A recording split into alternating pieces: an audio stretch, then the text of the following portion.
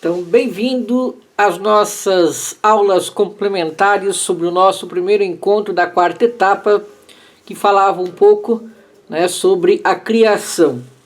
Eu gostaria de apresentar 12 pequenos vídeos complementando esses assuntos, visto que a criação aí está no auge das discussões, o livro do Gênesis, agora até com a novela no canal 7, que fala sobre o livro do Gênesis. Então eu vou detalhar um pouquinho mais essa parte para vocês. Então, nesse primeiro vídeo vamos ver um pouco sobre o que significa a pré-história bíblica.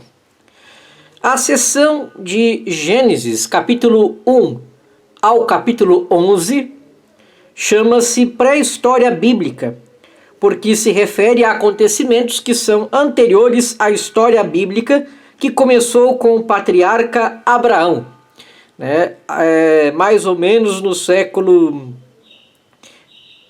19 ou 1850 a.C.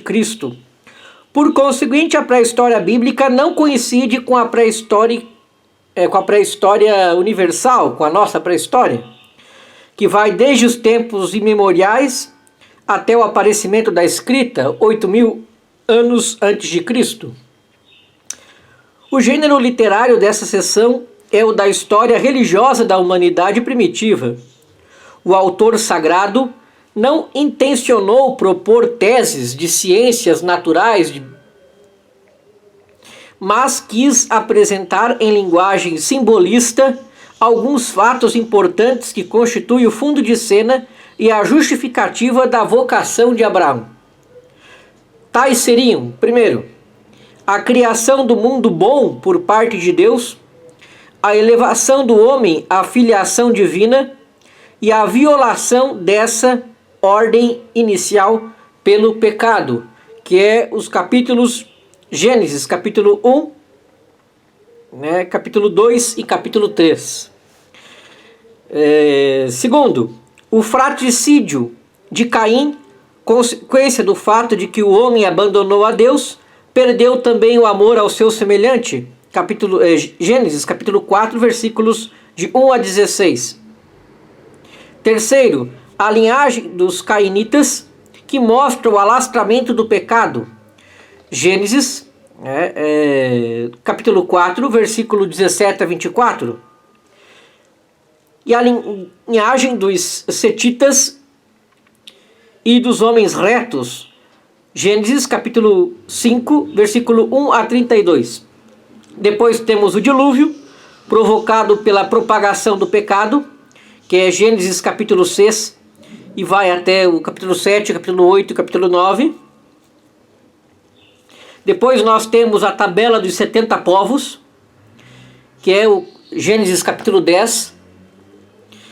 Depois temos a Torre de Babel, nova expressão do pecado, que é Gênesis capítulo 11, versículo de 1 a 9.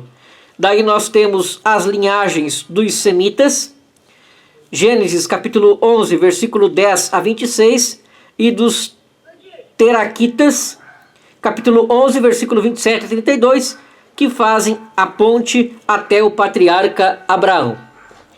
Em síntese, o mundo criado bom, ele é violado pelo pecado. Há o fratricídio, genealogias, dilúvio, a tabela, a Torre de Babel e outras genealogias.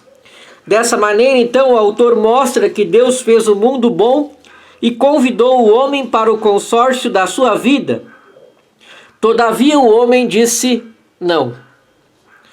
Deus houve por bem, então, reafirmar seu desígnio de bondade, prometendo restaurar mediante o Messias a amizade violada pelo pecado.